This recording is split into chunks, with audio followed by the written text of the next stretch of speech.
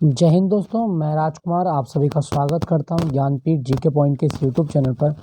दोस्तों SSC GD exam 2023 में जो 25 जनवरी को चौथे शिफ्ट में एग्ज़ाम हुआ था, उसमें जीके क्वेश्चन कौन कौन से पूछे गए थे, तो उसका एनालिसिस लेके आया हूं।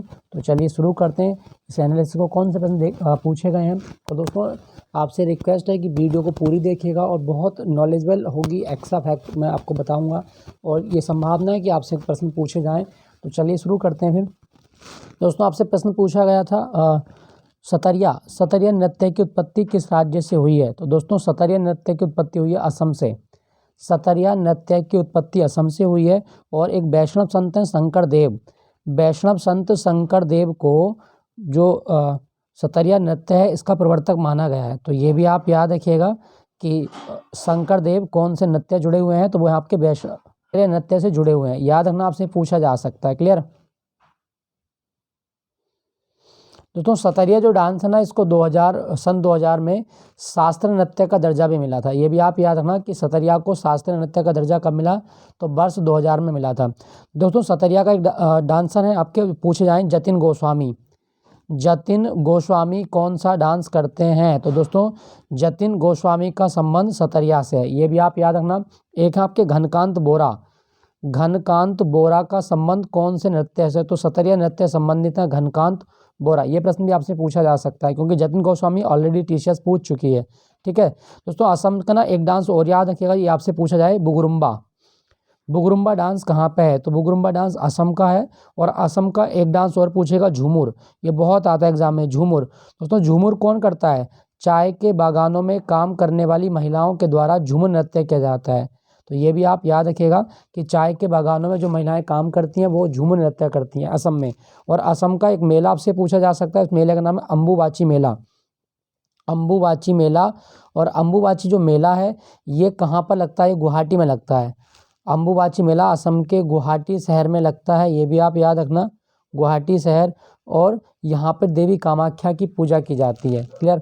ये आपसे पूछा जाए तो आप इसको याद रखिएगा। तो सतरिया नृत्य की उत्पत्ति कहाँ से हुई है, असम से हुई है। और असम का एक डांस और पूछता है आपके एग्जाम में, तबल चोंगली। तबल चोंगली कहाँ का डांस है, दोस्तों असम का ही डांस है तबल चोंगली। और असम का नया साल क्या है, बोहागी बिहू। बोहागी बिहू असम का नया साल है। तो ये क्वेश्चन सारे आपको याद रखने, जितने एक्स्ट्रा फैक्ट मैंने आपको बताए हैं। यहाँ के सीएम है आपके हेमंत बिस्व शर्मा और राज्यपाल है जगदीश मुखी। असम का राज्यपाल जगदीश मुखी है। क्लियर। नेक्स्ट प्रश्न आपसे पूछा गया था, दक्षिण भारत में मेदराम जात्रा त्योहार कितने दिन तक मनाया जाता है। दोस्तों दक्षिण भारत में मेदराम जात्रा होता है 4 दिन तक। और ये त्योहार तेलंगाना में मनाया जाता है। ये भी आप याद रखिएगा कि जो मेदराम जात्रा कहाँ होता है, तेलंगाना में। तो तेलंगाना का त्यौहार है मेदराम जात्रा। दोस्तों ये आपसे पूछा जाए कभी, दोस्तों मेदराम जात्रा के बारे में एक चीज़ याद रखना कि एशिया में सबसे बड़ा जनजातीय मेला है। एशिया में सबसे बड़ा जनजातीय मेला है मेदराम जात्रा। और ये किस तेलंगाना में होता है, कौन सी जनजाति मनाती है, दोस्तों आप याद रखिएगा। ये जो मेला है ये मनाती है आपकी कोया जनजाति। कोया जनजाति मेदराम जात्रा त्योहार को मनाती है, ये आप याद रखना। दोस्तों इस मेले का एक नाम और भी है, इस मेले को समक्का सरलम्मा भी कहा जाता है। तो कोया जनजाति मनाती है और इस मेले का दूसरा नाम क्या है, दोस्तों इस मेले का नाम है समक्का सरलम्मा। समक्का सरलम्मा ये देवी है एक्चुअल में। तो समक्का सरलम्मा इस त्यौहार का ही दूसरा नाम है। 4 दिन तक मनाया जाता है। और कौन से ज़िले में, दोस्तों ये जो मेदराम गांव है ना, ये तेलंगाना के वारंगल ज़िले में है। तेलंगाना के वारंगल ज़िले में है मेदराम जात्रा, ये भी आप याद रखिएगा। और 1996 में तेलंगाना की सरकार ने, या उस समय जो सरकार थी, इसको राजकीय उत्सव का दर्जा भी दिया गया था। तो ये भी आप याद रखिएगा कि मेदराम जात्रा वर्तमान में किस राज्य का राजकीय उत्सव है, वो है आपका तेलंगाना। याद रखना, क्वेश्चन पूछा जाता है। और दोस्तों इस मेले की सबसे इम्पोर्टेंट बात बताऊं, इस मेले में व्यक्ति अपने वजन के बराबर जो गुड़ होता है उसको चढ़ाया जाता है। एक व्यक्ति अपने वजन के बराबर गुड़ चढ़ाता है देवी सरलम्मा को। तो ये आप याद रखिएगा। दोस्तों बात तेलंगाना की हो रही है ना, तो तेलंगाना का एक त्यौहार आपके एग्जाम में और पूछता है, बहुत आता है, बथुकम्मा त्यौहार। बथुकम्मा जिसे फूलों का त्यौहार भी कहा जाता है, ये किस राज्य का त्यौहार है, तो तेलंगाना का। और एक आपसे पूछेगा बोनालू। बोनालू त्यौहार भी तेलंगाना का त्यौहार है, ये भी आप याद रखना, बथुकम्मा बोनालू। क्लियर। और तेलंगाना का एक डांस याद रखिएगा, पेरिनी। पेरिनी डांस कहाँ का है दोस्तों? पेरिनी डांस तेलंगाना का त्यौहार है, मतलब डांस है, ये भी आप याद रखें। तेलंगाना के मुख्यमंत्री हैं चंद्रशेखर राव और यहाँ की राज्यपाल है तमिलसाई सौंदरराजन। ठीक है, तेलंगाना कब बना था? तो 2 जून 2014 को तेलंगाना बना था। 2 जून 2014 को बना था तेलंगाना, याद रखना इसके बारे में। तो ये मेदारम जात्रा 4 दिन तक होता है। दक्षिण भारत में सबसे बड़ा मेला है। दोस्तों मैं आपको एक चीज़ और बता देता हूँ, दक्षिण भारत में एक मेला लगता है 12 साल में एक बार। कौन सा मेला है? तो वो दोस्तों मेला है आपका महामस्तक अभिषेक। महामस्तक अभिषेक एक्चुअली जो जैन धर्म का त्यौहार है, कर्नाटक में होता है श्रवणबेलगोला में। तो महामस्तक अभिषेक 12 सालों में एक बार आयोजित होता है दक्षिण भारत में। ये भी आप याद रखना, आपसे पूछा जा सकता है। क्लियर? चलिए अगले प्रश्न की ओर चलते हैं। योजना आयोग की स्थापना पूछी गई थी, तो योजना आयोग की स्थापना कब की गई? दोस्तों भारत में जो प्लानिंग कमीशन है ये बना था 15 मार्च 1950 को। 15 मार्च 1950 को बना था। और योजना आयोग का अध्यक्ष कौन होता था? हमेशा भारत का पीएम होता है। अब तो इसको खत्म कर दिया गया है योजना आयोग को। दोस्तों फिर आपसे पूछेगा कि योजना आयोग जब खत्म हुआ तो इसको खत्म कब किया गया? तो आप याद रखिएगा, योजना आयोग को स्क्रैप ऑफ कर दिया गया है 1 जनवरी 2015 को। और 1 जनवरी 2015 को इसके स्थान पर एक नई संस्था बना दी गई है जिसका नाम नीति आयोग। तो नीति आयोग जो बना है वो योजना आयोग के स्थान पर बना है। योजना आयोग 1950 में बना था और नीति आयोग बना है 1 जनवरी 2015 को। नीति आयोग के अध्यक्ष कौन है? तो प्रधानमंत्री अध्यक्ष होते हैं। तो वर्तमान में कौन है? श्री नरेंद्र मोदी। और उपाध्यक्ष कौन है? सुमन बेरी। और सीईओ कौन है? परमेश्वरन अय्यर। तो नीति आयोग के बारे में आप याद रखिएगा। ठीक है दोस्तों ये तो आपका योजना आयोग है। आपसे पूछा जाए राष्ट्रीय विकास परिषद, तो ये इसको आप याद रखिएगा कि राष्ट्रीय विकास परिषद कब बनी थी? तो राष्ट्रीय विकास परिषद की स्थापना की गई है 6 अगस्त 1952 को। 6 अगस्त 1952 को राष्ट्रीय विकास परिषद बना है। तो ये भी आप याद रखिएगा, पूछा जा सकता है आपसे। क्लियर? चलिए अगले प्रश्न की ओर चलते हैं। तो 15 मार्च 1950 योजना आयोग।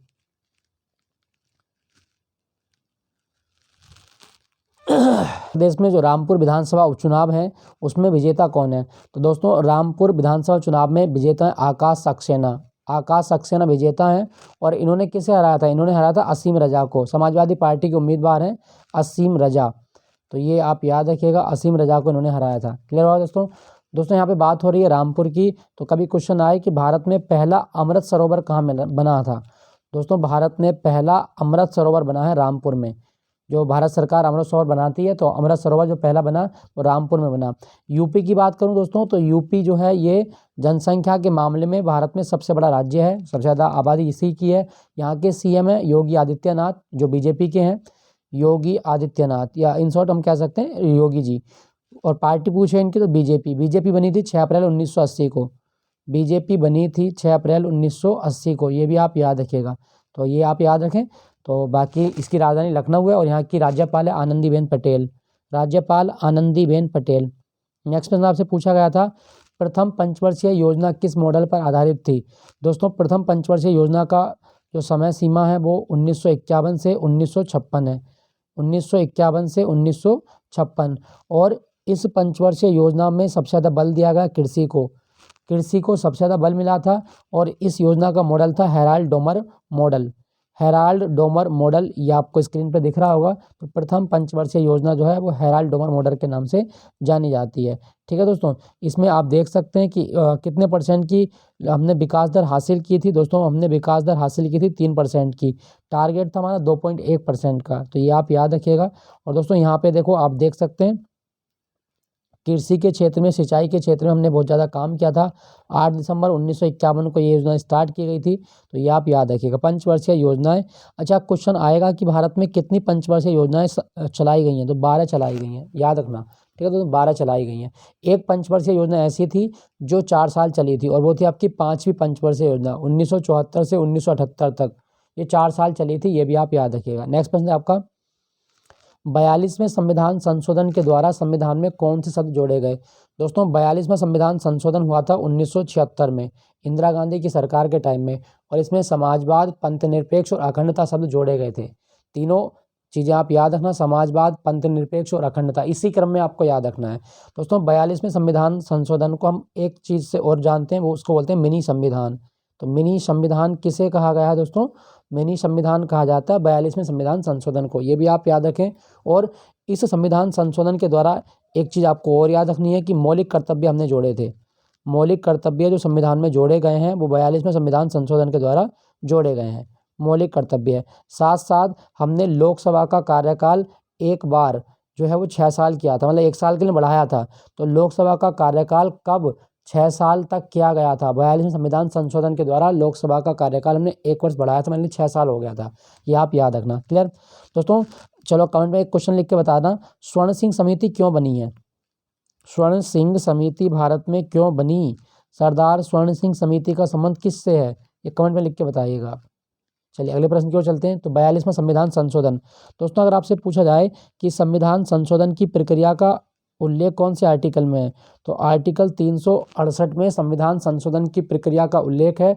और ये दक्षिण अफ्रीका से हमने प्रावधान लिया है, दक्षिण अफ्रीका से प्रावधान लिया है। और दक्षिण अफ्रीका की मुद्रा अगर आपसे पूछेगा तो रैंड।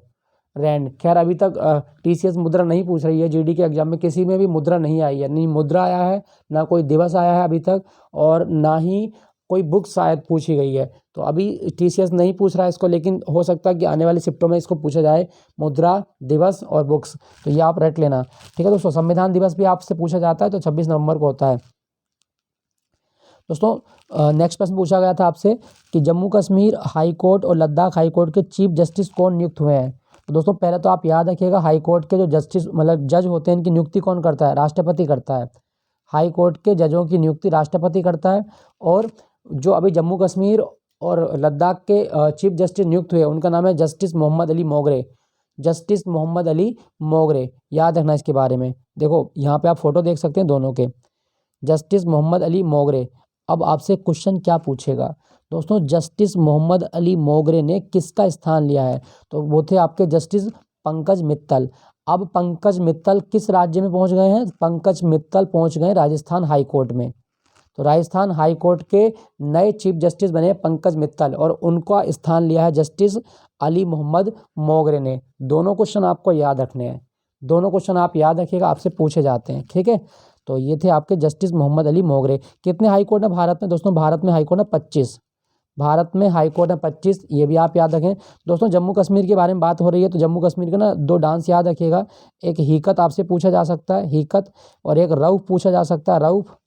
और एक आपसे पूछा जा सकता है कूद।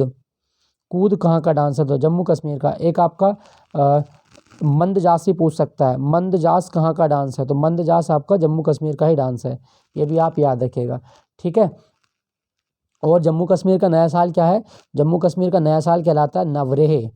जम्मू कश्मीर का नया साल क्या कहलाता है? नवरेह। तो ये भी आप याद रखना। और जम्मू कश्मीर की भाषा पूछेगा डोगरी।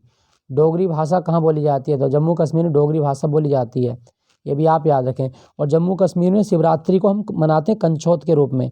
तो कंचौथ फेस्टिवल कहाँ होता है? जम्मू कश्मीर में होता है, याद रखना। इसके बारे में पूछा जाए आपसे तो आप इसको टिक कर सकते हैं, ठीक है। चलिए अगले प्रश्न की ओर क्या पूछा गया है। भारतीय संविधान के अनुसार मुख्य चुनाव आयुक्त की नियुक्ति किसके द्वारा की जाती है?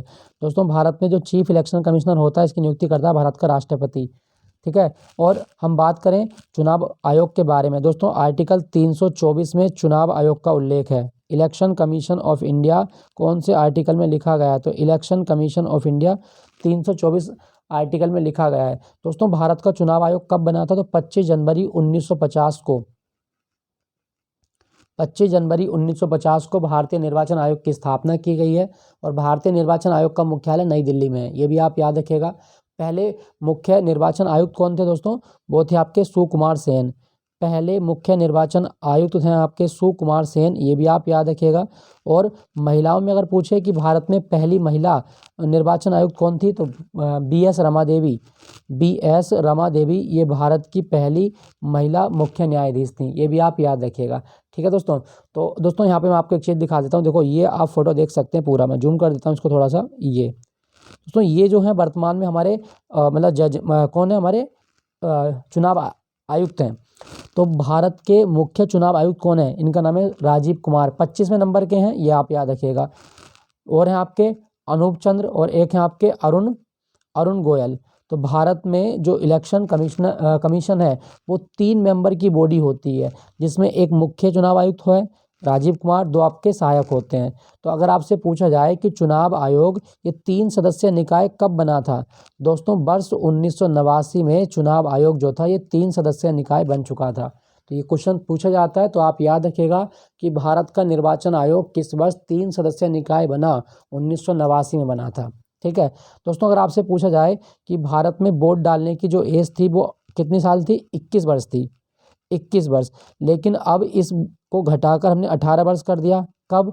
तो दोस्तों आपको याद रखना 61वां संविधान संशोधन हुआ था 1988 और लागू हो गया था 89 में। तो 61वें संविधान संशोधन के द्वारा वोट डालने की आयु 21 से घटाकर हमने 18 वर्ष कर दी थी। याद रखिएगा, आपसे पूछा जा सकता है। तो ये 3 नाम भी आपको याद रखना है, ये पूछे जा सकते हैं आपसे।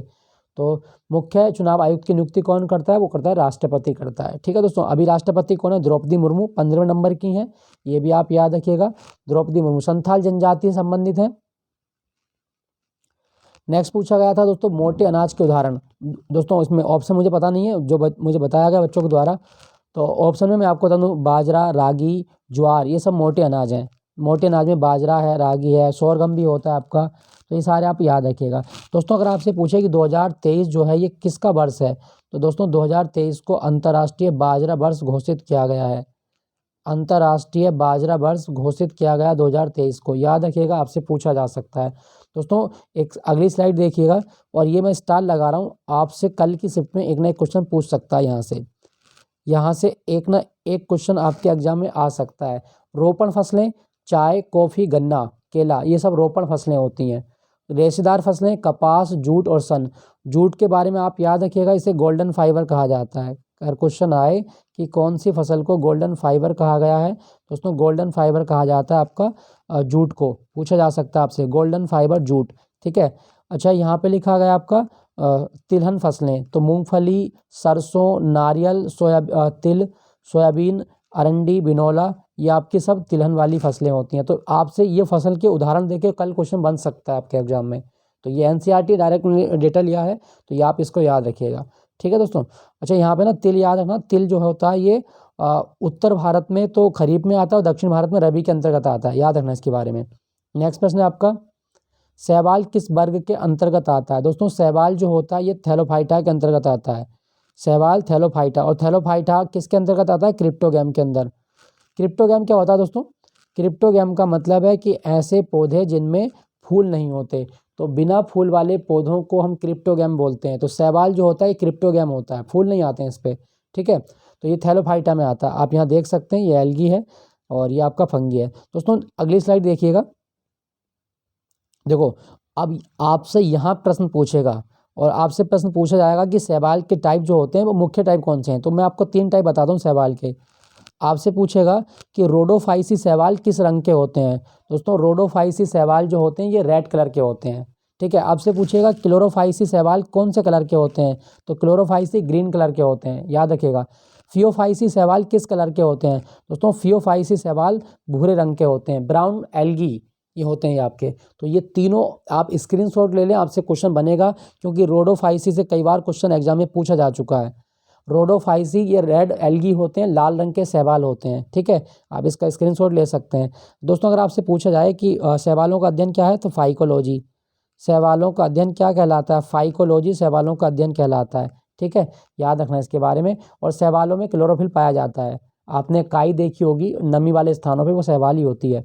नेक्स्ट आपका 2011 की जनगणना के अनुसार सबसे कम साक्षरता दर वाला केंद्र शासित प्रदेश कौन सा है? दोस्तों दादरा नागर हवेली, इसकी साक्षरता दर 76.24% है, जो केंद्र शासित प्रदेशों में सबसे कम है। तो ये आप याद रखिएगा। भारत की कितनी है साक्षरता दर 2011 के अनुसार? तो भारत की साक्षरता दर है आपकी 74.04।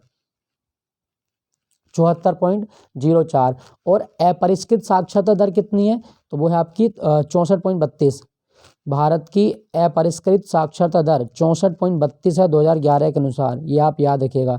अगर क्वेश्चन आए कि अपरिष्कृत साक्षरता दर कितनी है, तो 64.32। और महिला और पुरुष की साक्षरता दर के बीच अंतर कितना है? तो 16.68% का अंतर है, ये भी आप याद रखिएगा। तो सबसे कम साक्षरता दर दादरा एवं नागर हवेली की है। नेक्स्ट प्रश्न आपसे पूछा गया था सुप्रीम कोर्ट के जजों की नियुक्ति कौन करता है? तो भारत का राष्ट्रपति सुप्रीम कोर्ट के जज की नियुक्ति करता है। सुप्रीम कोर्ट के जज की नियुक्ति राष्ट्रपति के द्वारा की जाती है। दोस्तों मैं बात करूं सुप्रीम कोर्ट की, सुप्रीम कोर्ट कब बना था, तो वर्तमान में जो सुप्रीम कोर्ट है इसकी स्थापना हुई थी 28 जनवरी 1950 को, 28 जनवरी 1950 को। और हीरालाल जेकानिया ये भारत के प्रथम मुख्य न्यायाधीश थे, ये भी आप याद रखिएगा। कितने जज होते हैं हमारे सुप्रीम कोर्ट में, सुप्रीम कोर्ट में एट प्रेजेंट जो जजों की संख्या है वो 1+33 है। एक अभी DY चंद्रचूड़ हैं जो 50वें मुख्य न्यायाधीश हैं, ये भी आप याद रखिएगा। बाकी 33 आपके अन्य होते हैं। सुप्रीम कोर्ट के जज की रिटायरमेंट एज कितनी है, 65 वर्ष होती है, ये भी आप याद रखिएगा। ठीक है दोस्तों, तो ये प्रश्न पूछा गया था आपसे। नेक्स्ट प्रश्न आपसे पूछा गया है, ऋग्वेद में मंत्रों के समूह को क्या कहा जाता है। दोस्तों ऋग्वेद दुनिया का सबसे पुराना वेद है ऋग्वेद, और इसमें जो मंत्रों का समूह है उसको सूक्त कहा जाता है। और ऋग्वेद में 1028 सूक्त हैं, ये भी आप याद रखिएगा। ऋग्वेद का पंडित क्या कहलाता है, होत्री कहलाता है। ठीक है, ऋग्वेद का उपवेद क्या है, वह आपका आयुर्वेद, ऋग्वेद का उपवेद आयुर्वेद है, ये भी आप याद रखिएगा। ठीक है, चलिए अगले प्रश्न की ओर। एक पूछा गया है आपसे अभिनंदन सरोजा पुरस्कार। दोस्तों ये पुरस्कार करंट में पूछा है या शुरुआत पूछी गई है, ये थोड़ा सा अभी क्लियर पता नहीं चला, लेकिन अगर आपसे पूछे कि 2021 में किसे मिला था, दोस्तों अपर्णा सतीशन, एक भरतनाट्यम की नृत्यांगना है अपर्णा सतीशन, तो इनको दिया गया था अभिनंदन सरोजा पुरस्कार। ये जो ये जो आपका मतलब अवार्ड है वो नर्तकों को मिलता है, ये भी आप याद रखिएगा। ठीक है दोस्तों यहाँ पे ना 2 डांस लिखे गए हैं, देखो आप देख सकते हैं, यहाँ पे भरतनाट्यम लिखा गया है और यहाँ पे कुचिपुड़ी। भरतनाट्यम की उत्पत्ति हुई है तमिलनाडु से, और भरतनाट्यम का दूसरा नाम क्या है, सादिर। भरतनाट्यम का दूसरा नाम सादिर है, ये भी आप याद रखना। कुचिपुड़ी की उत्पत्ति हुई है आंध्र प्रदेश से, कुचिपुड़ी डांस आंध्र प्रदेश से निकला, याद रखिएगा। तो दोस्तों ये थे आपके प्रश्न जो पूछे गए थे। आई होप ये सेशन आपको अच्छा लगा होगा, और मैंने कहा जहाँ तक कोशिश हुई है मेरी उसी के बारे में मैंने क्वेश्चन आपको डिस्कस किए हैं। मैं एक चीज़ बता दूँ, एक क्वेश्चन कोई चक्रवात से क्वेश्चन भी था, ट्रॉपिकल साइक्लोन से कोई क्वेश्चन था, एग्जैक्ट पता नहीं चला है, लेकिन ट्रॉपिकल साइक्लोन से कोई क्वेश्चन था। तो अगर आपको पता हो तो आप कमेंट में लिख के बता सकते हैं। ठीक है, तो मिलता हूँ आपको अभी जो है 25 तारीख का फर्स्ट शिफ्ट का 25 जनवरी का जो फर्स्ट शिफ्ट का एनालिसिस है वो बाकी है, उसको मैं सुबह अपलोड करूँगा आपके एग्जाम से पहले, तो मेरे साथ बने रहिएगा। मिलता हूँ आपको अगले मॉक टेस्ट के साथ में। Thank you for watching Jnanpith GK point.